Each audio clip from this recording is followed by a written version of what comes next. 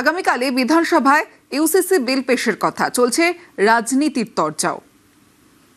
ভারতীয় জনতা পার্টি নির্বাচনের আগে আমাদের যে সংকল্পপত্র, যাকে আমরা ভরসাপত্র নাম দিয়েছিলাম, সেখানে আমরা স্পষ্ট করে উল্লেখ করেছিলাম যে ভারতীয় জনতা পার্টি ক্ষমতায় এলে পরে আমরা ইউসিসি লাগু করব, ইউনিফর্ম সিভিল কোড লাগু করব।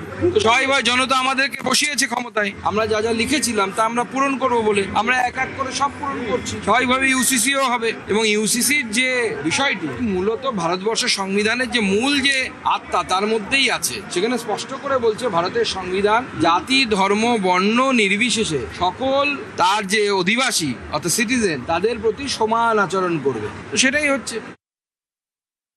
এক দেশ এক আইন, ওয়ান পিপল ওয়ান ল, ওয়ান নেশন ওয়ান ল।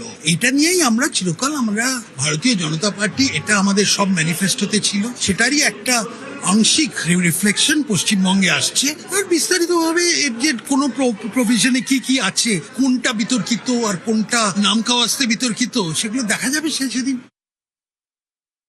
হিন্দু ধর্মের অনেক শাখা প্রশাখা আছে, অনেক জনগোষ্ঠী আছেন, নানা ধরনের বিষয় রয়েছে, অন্যান্য ধর্মেরও বিভিন্ন বিষয় আছে। আমরা চাই যেটাই হোক সেটা সব ধর্মকে একটা মর্যাদা দিয়ে একটা ঐকমত্যের ভিত্তিতে, খুব তাড়াহুড়ো করে খুব স্পর্শকাতর কোনো বিষয়ে মানুষের মধ্যে একটা ঐকমত্য তৈরি করার চেষ্টা বা মানুষের মতামত গ্রহণ ছাড়া চাপিয়ে দিলে সেটা কিন্তু একটা কাউন্টার প্রোডাক্টিভ বা কাউন্টার রিয়াক্টিভ যেন কোনো কিছু না হয়।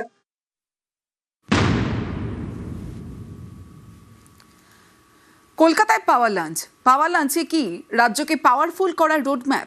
পাওয়ার লাঞ্চে স্বপন দাশগুপ্ত, তাপস রায়, সঞ্জীব সান্যাল। লাঞ্চে অর্থমন্ত্রী, শিল্পমন্ত্রী এবং প্রধানমন্ত্রীর আর্থিক উপদেষ্টা মণ্ডলীর সদস্য। কলকাতায় পাওয়ার লাঞ্চে কি রাজ্যকে পাওয়ারফুল করার রোডম্যাপ? পাওয়ার লাঞ্চে স্বপন দাশগুপ্ত, তাপস রায়, সঞ্জীব সান্যাল। লাঞ্চে অর্থমন্ত্রী, শিল্পমন্ত্রী এবং প্রধানমন্ত্রীর আর্থিক উপদেষ্টা মণ্ডলীর সদস্য। আর এখানেই প্রশ্ন যে পাওয়ার লাঞ্চে কি রাজ্যকে পাওয়ারফুল করার রোডম্যাপ?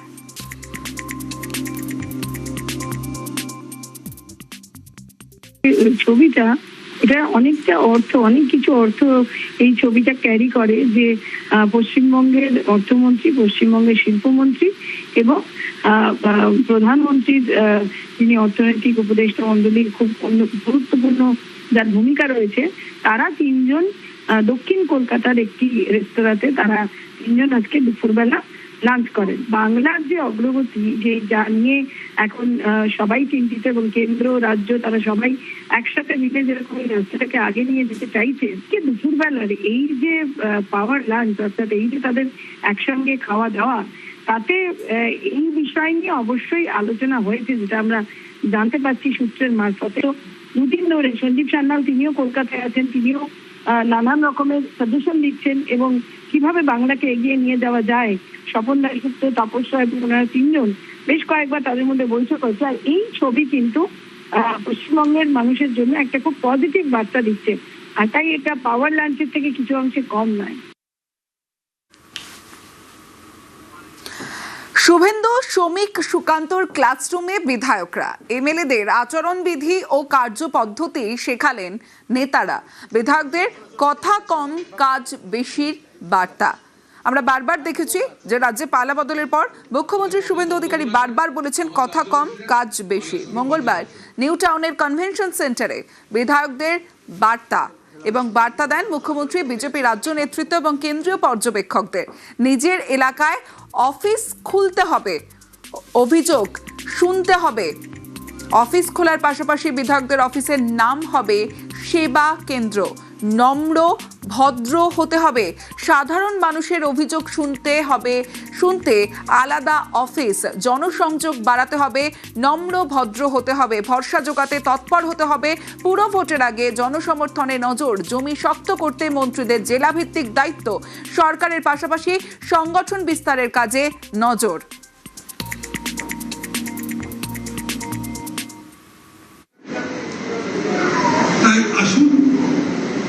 এইটা একটা স্মরণ সভা, অনেকে পুরাতন কথা বলবে, নিশ্চয়ই সেটা শোনা দরকার। তাদের অভিজ্ঞতা, তারা যে কি কষ্ট করে পার্টিটাকে তৈরি করেছিল, সেটা শুনবেন, কিন্তু ওটা গল্প হিসেবে দেখবেন না যে খুব সুন্দর গল্প বলে, পুরনো গল্প। শ্রমিকটা খুব ভালো বলে, শ্রমিকটাকে একটু আনলেই ওই কি হয়েছিল 72 সালে কি হয়েছিল, তখন কি কি বলেছিল বলে দিতে পারেন, কিন্তু ওরা শুধু ভালো গল্প হিসেবে দেখে চলবে না। বালুদা হাসছে মিচু মিচু করে, উনি জানেন, কিন্তু এই যে এনারা কষ্ট করে করেছিলেন পার্টিটাকে, কোনোদিন ভাবতে পারেননি। আরে একটা সিট তো অ্যাসেম্বলিতে হতো না, পার্লামেন্ট তো দূরের কথা, সরকার তো কোনোদিন ভাবতেও পারেনি। তো তারা যে ত্যাগটা করেছিল, তাদের অবদানটা মনে রাখবেন, কিন্তু কিভাবে তারা সামনের দিনে পার্টিটাকে গড়ে তুলেছিল।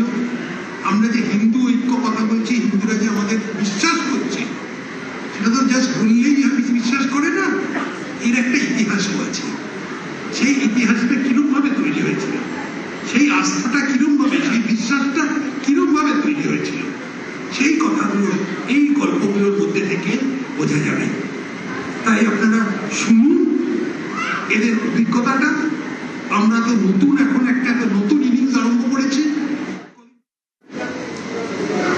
তাই আসুন এই যে একটা স্মরণ সভা, অনেকে পুরাতন কথা বলবে, নিশ্চয়ই সেটা শোনা দরকার, তাদের অভিজ্ঞতা, তারা যে কি কষ্ট করে পার্টিটাকে তৈরি করেছিল সেটা শুনবেন, কিন্তু ওটা গল্প হিসেবে দেখবেন না যে খুব সুন্দর গল্প বলে, পুরনো গল্প।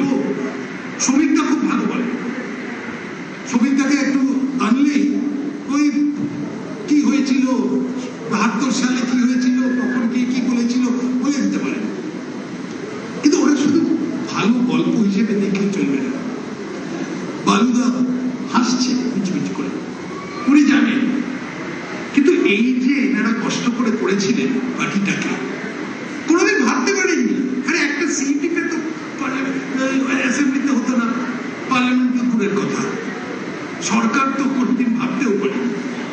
তো তারা যে ত্যাগটা করেছিল, তাদের অবদানটা মনে রাখবেন, কিন্তু কিভাবে তারা সামনের দিনে পার্টিটাকে গড়ে তুলেছিল। আমরা যে হিন্দু ঐক্য কথা বলছি, হিন্দুরা যে আমাদের বিশ্বাস করছে, সেটা তো জাস্ট বললেই বিশ্বাস করে না, এর একটা ইতিহাসও আছে। সেই ইতিহাসটা কিরম ভাবে তৈরি হয়েছিল, সেই আস্থাটা কিরম ভাবে, সেই বিশ্বাসটা কিরম ভাবে তৈরি হয়েছিল, সেই কথাগুলো এই গল্পগুলোর মধ্যে থেকে বোঝা যাবে। তাই আপনারা শুনুন এদের অভিজ্ঞতাটা। আমরা তো নতুন, এখন একটা